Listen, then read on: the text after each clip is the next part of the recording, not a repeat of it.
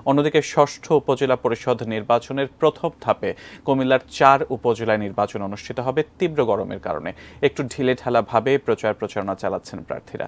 কুমিল্লার লাকসাম উপজেলা থেকে সরাসরি আমাদের সাথে যুক্ত হচ্ছেন প্রতিনিধি আনোয়ার হোসাইন।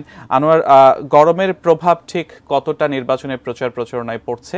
প্রার্থীরা কি ধরনের প্রতিশ্রুতি দিচ্ছেন, সব মিলে আমাদের জানাবেন।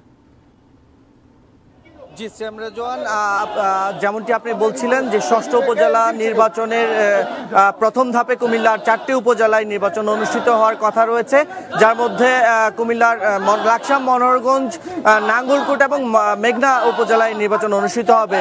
আমরা একটি বিষয় জানিয়ে রাখি যে কুমিল্লার লাকসাম এবং মনোহরগঞ্জ যে উপজেলাটি রয়েছে এর মধ্যে কিন্তু বেশ প্রতিযোগিতাপূর্ণ নির্বাচন অনুষ্ঠিত হবে, যেহেতু এলজিআরডি মন্ত্রণালয়ের যিনি মন্ত্রী আছেন তারই সংসদীয় আসন এটি। এই উপজেলায় কিন্তু আমরা আজকে আছি লাকসাম উপজেলায়। এখানে